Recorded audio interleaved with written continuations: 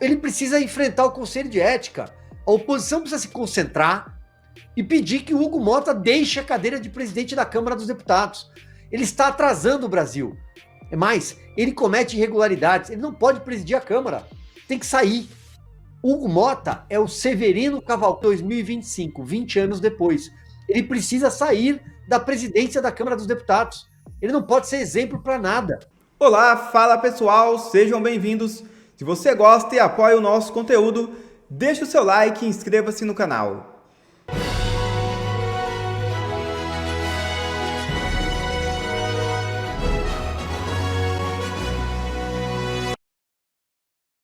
Aliados no Congresso protegem Moraes. Segundo o jornal, ministro do STF se beneficia de relações que vão de membros da direita e influentes líderes no legislativo.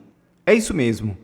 Alvo de críticas do presidente dos Estados Unidos, Donald Trump, o ministro do Supremo Tribunal Federal, Alexandre de Moraes, mantém uma rede de aliados na política brasileira, que inclui até apoiadores do ex-presidente Jair Bolsonaro. Parte desses contatos vem principalmente dos tempos em que Moraes era secretário em administrações paulistas e filiado ao PSDB. A parcela mais relevante, porém, foi construída depois de sua chegada ao Supremo. Ela inclui vínculos com o presidente Lula e a cúpula do Congresso, diz reportagem do jornal Folha de São Paulo. Esses vínculos garantem ao ministro influência sobre suas decisões políticas. Opa, decisões políticas. Você já viu o juiz dar decisões políticas? Essa matéria escancara um claro crime de responsabilidade de Alexandre de Moraes. Atividade político-partidária. Está prevista na lei do impeachment. Se o Brasil fosse um país sério, Moraes não estava mais no seu cargo há muito tempo. Continuando na reportagem. Da mesma forma, lhe dá apoio para emplacar aliados em espaços estratégicos, bem como proteção contra adversários. A resistência do Congresso aos sucessivos pedidos de impeachment contra ele ilustra o cenário. Duas de suas relações mais próximas, diz o jornal, surgiram em meio a esses ataques.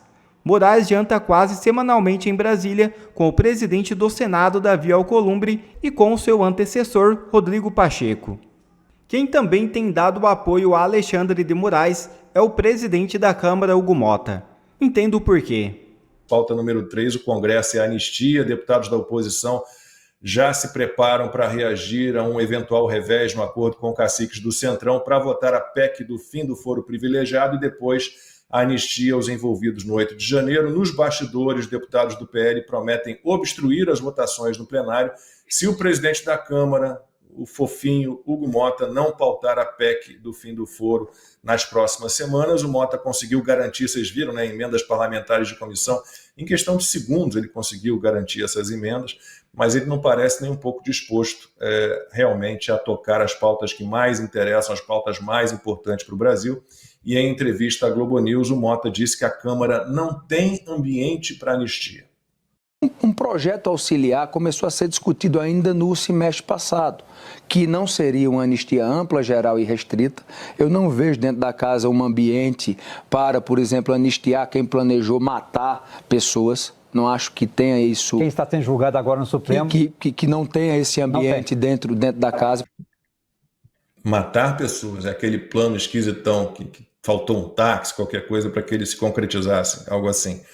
E o Lula se reuniu fora da agenda com o presidente da Câmara, Hugo Mota, na última terça-feira, na pauta Eduardo Bolsonaro, né, que está aqui nos Estados Unidos, e o petista quer se livrar do Jair Bolsonaro e também do filho dele que está aqui, o Eduardo Bolsonaro.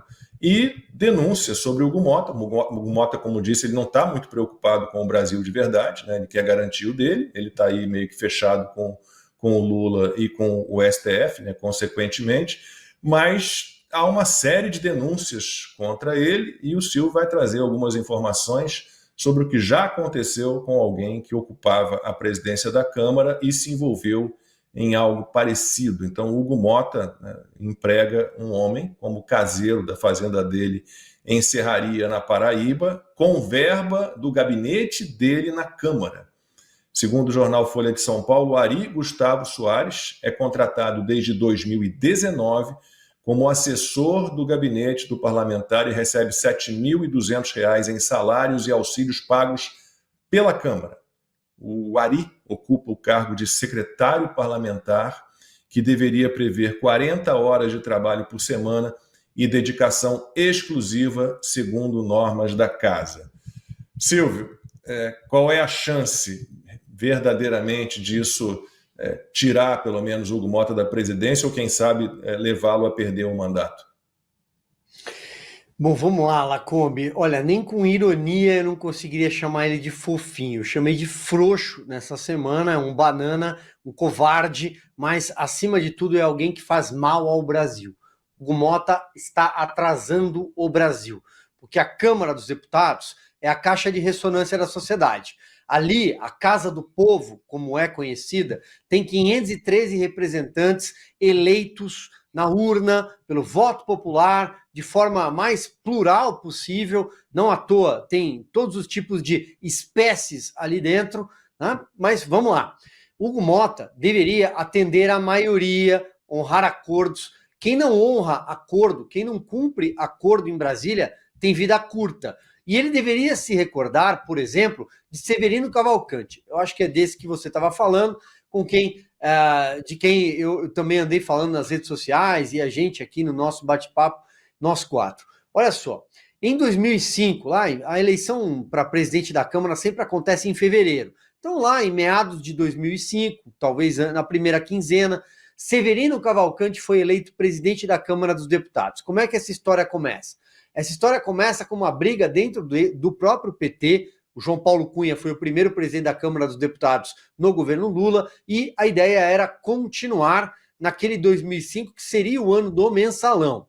Mas aí o PT racha internamente, uma briga, porque o PT estava muito grandão, muito inflado, e tem Luiz Eduardo Greenhalgh de São Paulo e Virgílio Guimarães, que levou o Marcos Valério para dentro do PT de Minas Gerais. E o PT resolve brigar e jogar com duas pontas, com dois candidatos. Isso faz com que a eleição vá para o segundo turno. Na época a oposição tinha um candidato, PFL ainda era muito forte, PFL que depois virou DEM, que depois virou União Brasil, qualquer coisa e por aí vai. PFL tinha José Carlos Aleluia naquela eleição. Me lembro muito bem daquela madrugada. O que é que acontece? O Severino passa por uma diferença de 14 votos para o segundo turno. E no segundo turno ele vai bater chapa com o PT. Todo mundo entende que o PT se reagruparia e venceria aquela eleição. Mas a oposição, esperta e um pouco mais numérica do que é hoje, faz o jogo certo e apoia o Severino, o rei do baixo clero, lá de Pernambuco, como era conhecido. E o Severino vence a eleição com 300 votos. Pois bem, o Lula vai dormir, tem um livro que chama Viagens com o Presidente, que conta a história das viagens, é um livro do Eduardo Scolese, do Leonêncio Nossa, Leonêncio do Estadão, o Scolese da Folha, e tem uma passagem lá, mas tem outros momentos, o próprio Lula fala isso em entrevista também. Ele foi dormir com a ideia de que o Greenhalgh assumiria a Câmara e acorda com um bilhete debaixo da porta dele, ele estava viajando para o exterior, de que o Severino tinha sido eleito, então do PP, deputado do PP. Pois bem, o Severino passa 220 dias na presidência da Câmara e cai por causa de um mensalinho. Ele extorquia o dono de um restaurante e uma manicure. Na Câmara tem lá algumas... Ele extorquia o dono, chamava Sebastião Buani, cobrava propina. Propina era entregue, tirava do dinheiro do caixa do restaurante, que ficava no anexo da Câmara, se eu não me engano, anexo 4, ia no envelope pardo, a secretária recebia, uma funcionária do restaurante, Fiorella, entregava para ele, e aí tem um dado momento em que o Severino cobra a propina e ele não consegue receber o dinheiro. Então o Buani, Sebastião Buani, faz um cheque. Então a propina paga com cheque, e o Severino pega o cheque, né? Ou seja, você tem a digital ali. E esse cheque, que era no valor acho que de R$7.500, se eu não me engano, vai parar no Ministério Público, enfim, vira uma denúncia, e o Severino é forçado a renunciar. Tudo isso, cobrar mensalinho de dono de restaurante, porque o Severino, antes de ser presidente da Câmara, era secretário da mesa, e as secretarias, cada uma tem uma função. Uma cuida de passaporte diplomático, a outra de apartamento funcional, e uma delas é uma espécie de prefeitura da Câmara, que cuida dos restaurantes, que cuida das lanchonetes e por aí vai. O Severino extorquia. O que o Hugo Motta fez, e que a Folha de São Paulo, o Metrópolis já divulgaram, é muito mais grave. Ele emprega um caseiro na Câmara dos Deputados, numa fazenda lá. Essa é a matéria da Folha de São Paulo, daquela época, de setembro de 2000, ele ficou 220 dias, ou seja, ele ficou menos dias do que teve votos. 300 votos, 220 dias na presidência da Câmara. Que ele pedia o dinheiro, 110 mil de propina, foi tudo que ele cobrou na época. Talvez a gente tenha uma foto do Severino só para relembrar, refrescar. Esse é o cheque. Pois bem, esse é o cheque, esse é o dono do restaurante, Sebastião Buani. E tem uma foto do Severino, talvez, para a gente relembrar quem era. É ele aí, ó. Aí dá para até identificar algumas figuras que ainda estão na política. Não, Mário Negromonte está ali atrás, já saiu ali, está com o braço esquerdo dele, cobre. Atrás dele está o ex-deputado Romeu Tuma Júnior, mas não vou me alongar aqui. Vamos lá. O que o Hugo Motta emprega um caseiro lá na Paraíba, na fazenda dele, ele é de Patos, mas a fazenda fica distante até de Patos. Ele tinha uma fisioterapeuta, sabe lá quem era, empregada no gabinete fantasma, funcionário fantasma. O chefe de gabinete, um funcionário do gabinete dele, tem autorização para sacar dinheiro das pessoas que estão empregadas no gabinete. Sabe qual é o nome disso? Se fosse no gabinete do Janones, olha, é o Janones. Isso é rachadinha. Ele precisa enfrentar o Conselho de Ética. A oposição precisa se concentrar e pedir que o Hugo Motta deixe a cadeira de presidente da Câmara dos Deputados. Ele está atrasando o Brasil. Não basta a operação outside da Polícia Federal ter batido lá na prefeitura de Patos, onde o pai dele, Nabor Vanderlei, a mãe, a avó materna, a avó paterna, todo mundo é deputado, sempre foi. É uma dinastia que governa Patos. Cidade com 100 mil habitantes, 300 quilômetros de João Pessoa. Não basta a Polícia Federal estar lá no encalço dele, depois daquele jantar na casa do Alexandre de Moraes. É mais do que isso. É mais. Ele comete irregularidades. Ele não pode presidir a Câmara. Tem que sair. Desculpa ter me alongado aqui, Lacombe, mas Hugo Motta é o Severino Cavalcante 2025, 20 anos depois. Ele precisa sair da presidência da Câmara dos Deputados. Ele não pode ser exemplo para nada, nem para ninguém. Consta o que dizer desse processo de julgamento. Ele é uma farsa, uma fajutice completa. Eu me lembro bem da denúncia da PGR, que diz que o 8 de janeiro se originou de um discurso, de uma fala do Bolsonaro numa live em junho de 2021, um ano e meio antes. Também não consigo entender como é que o Bolsonaro, aliás, meu artigo da Gazeta, da Timeline, fala sobre isso.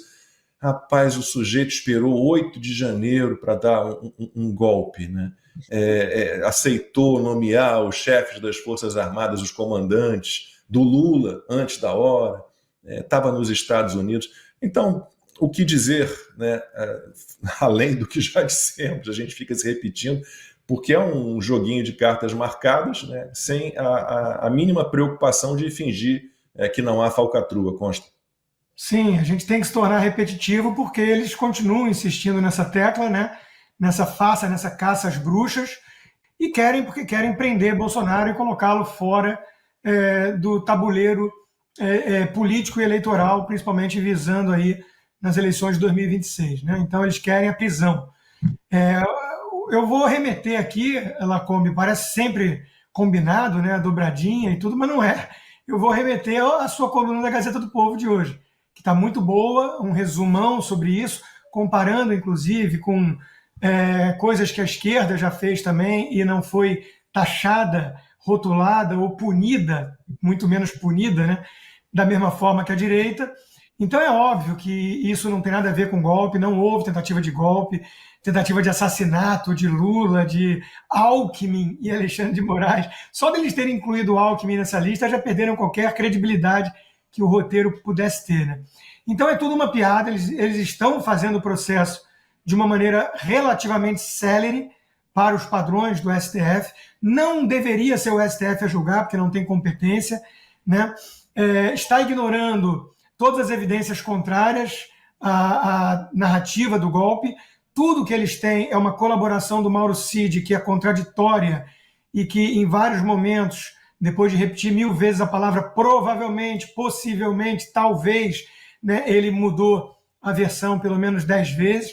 Então, é tudo espuma.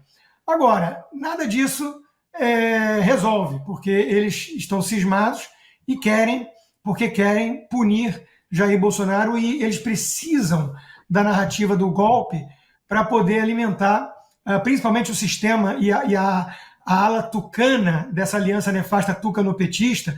Eles precisam dessa narrativa para tentar resgatar ali a estratégia das tesouras, né, o teatrinho das tesouras.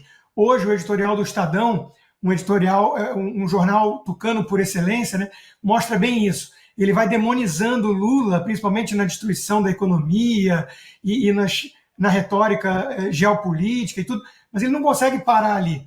Né? Ele começa com uma frase do Tarcísio e ele não consegue parar ali. Ele vai lá e coloca o Bolsonaro na mesma toada, dizendo que o Brasil cansou de ambos. Né? E o Estadão representa essa elite, uma elite tucana, uma elite empresarial. Eu conheço muita gente dessa elite empresarial que fala comigo e fala: Rodrigo, esquece, Bolsonaro ficou muito tóxico e não tem jeito, o sistema é muito poderoso, tem que ser um Tarcísio da vida, um Zema da vida, um Caiado da vida que frequenta a festa da Guiomar Mendes, né? Bom, as pessoas devem ter visto aí o desabafo do Carlos Bolsonaro, endossado pelo próprio Eduardo, né? Eles não estão muito mais achando graça na postura desses governadores, porque nós temos um estado de exceção, nós temos a perseguição, a caça às bruxas ao Bolsonaro mesmo, né? E sua família, e eles estão com um discurso de como se tudo tivesse no Brasil normal e fosse uma questão de disputa eleitoral apenas do ano que vem. Então é ignorar um elefante numa loja de porcelana quebrando tudo. Não dá para ignorar isso. Nós temos presos políticos, nós temos mortos que foram presos políticos, né, na mão do sistema. Então essa é a prioridade do Brasil, essa é a pauta. Né? Eu quero ver como é que vai ser com a reação do governo americano. Várias autoridades continuam falando de Brasil, muito atentos. O advogado, por exemplo, o Martin De Luca, o advogado do Rumble e do Trump, né, na Truth Social, ele está tão atento que ele comenta nos detalhes Alcolumbre, né, e tudo. Eles estão observando o Brasil com uma lupa. E eles não vão permitir que continue a caça às bruxas e venham a volta do Teatro das Tesouras. Então vai ser muito curioso acompanhar os próximos capítulos dessa novela, porque o sistema quer porque quer acelerar esse processo e prender o Bolsonaro por uma tentativa farsesca de golpe. Né? Eu conversava com um jurista, por exemplo, que me apresentou um parecer técnico item a item das acusações, concluindo que tem que ser absolvição integral, e ele me confessou: eu não suporto o Bolsonaro, eu não gosto do Bolsonaro, mas eu preciso ser técnico no parecer jurídico, né, como jurista. Então, essa é a postura de qualquer pessoa séria nessa história toda. Mas o sistema vai ligar para isso? Não a primeira turma. A primeira turma está muito investida, né, com a cumplicidade ao Alexandre de Moraes para recuar agora. E o que vai fazer o governo americano? Vai dobrar a aposta também do lado de lá. Então, vai ser um momento muito interessante de acompanhar o Brasil, porque novas leis Magnitsky podem estar no radar aí, né? E vai machucar. Tem um boatinho, né, de que tem gradações de lei Magnitsky, isso aí é meio fake news, hein, gente? É boato. Então, vai machucar, tá? O Alexandre de Moraes foi visto no Pinheiros hoje fazendo musculação e lanchando, comendo no restaurante, não pagou com cartão de crédito. Então, a vida desse pessoal vai ficar difícil. O Brasil, pela primeira vez, tem um adversário à altura. O Eduardo Bolsonaro, que fez a escolha certa, que tomou a decisão correta de ficar aqui nos Estados Unidos, ele esteve de novo em Washington e discutiu com a autoridade do governo Trump a aplicação da lei Magnitsky contra o ministro do Supremo Tribunal Federal, Alexandre de Moraes, e o Eduardo levou reportagens brasileiras traduzidas para o inglês e questionou a interpretação de bancos nacionais que até agora entendem que operações em real estão liberadas. O Eduardo saiu das reuniões com a percepção de que os Estados Unidos podem cobrar o cumprimento da lei, incluindo o bloqueio total de contas ou a aplicação de multas a bancos brasileiros. Nas redes sociais, o deputado alertou que os bancos que mantêm contas de Moraes estão sob risco e há grande chance de a pressão aumentar para outras autoridades brasileiras. Parece que a turma faz questão de não entender o que é a lei Magnitsky. Consta... Não é uma intromissão nas leis brasileiras ou na soberania brasileira, absolutamente. É simplesmente assim: você quer ter como cliente, como parceiro, um sancionado por violações de direitos humanos? Beleza, Só que você não vai fazer negócios com empresas americanas, você vai sair do sistema SWIFT, você vai ter que se virar sem os Estados Unidos. E mal ou bem, de certa forma, todo o dinheiro do mundo passa de alguma maneira aqui pelos Estados Unidos. Lacombe, é até uma questão de lógica, né? É uma lei muito grave, reservada à escória da humanidade. Tanto que basta ver os colegas do Alexandre de Moraes que foram também sancionados na mesma época, ou que já foram antes. Traficante, crime organizado, ditador e por aí vai, né? Então, é óbvio que o intuito da lei, enfim, foi criada lá pelo caso do advogado na Rússia, que foi torturado e morto. O Bill Browder teve participação do fundo Hermitage. O Bill Browder deu uma entrevista que alegrou a turma do sistema brasileiro, porque ele, por ignorância em relação a quem é Alexandre de Moraes e as barbaridades e abusos que vêm sendo cometidos pelo Alexandre, disse que não era esse o propósito da lei. Bom, primeiro que às vezes o criador não detém o controle sobre o filho para sempre, né? Segundo que, repito, ele ignora muitas coisas sobre o Alexandre de Moraes. Mas o caso do Sergei Magnitsky é um caso de tortura muito grave, né, que os russos promoveram, a turma do Putin, a gangue, né? E o intuito da lei, obviamente, não é você virar e falar, tá, você continua com sua vida normal aí, mas se você quiser fazer remessa para os Estados Unidos, não pode, tá? É óbvio que não é isso, é só pensar um pouquinho e usar massa cinzenta, o neurônio, né? Os Estados Unidos estão alavancando em cima do seu poder econômico, do fato deles representarem 30% do PIB mundial quase, e financeiramente falando ainda mais, né? E eles estão olhando e falando assim, olha, eu não vou avançar na sua soberania, eu vou dizer o seguinte, se você é um sancionado, você é um pária global financeiro, é uma bomba atômica financeira, você não faz parte do sistema que nós controlamos pelo peso que temos. É óbvio que é isso a interpretação, não tem gradações, não tem malandragem, não tem vídeo do Lula dando um migué, falando, não, veja bem, vamos continuar operando aqui as contas. Isso o André Esteves pode ter dito na reunião para acalmar os ministros que estavam bem nervosos. Vide o Barroso descontando no Fux na sessão seguinte, sobre relatoria e o escambau. Um pretexto qualquer para ir para cima do outro que tem visto. E ele não tem visto. E 22 milhões de motivos para ficar preocupado com a perda do visto e sanção se vier Magnitsky. Então, é evidente, Lacombe, que a Magnitsky é mais poderosa do que estão pensando.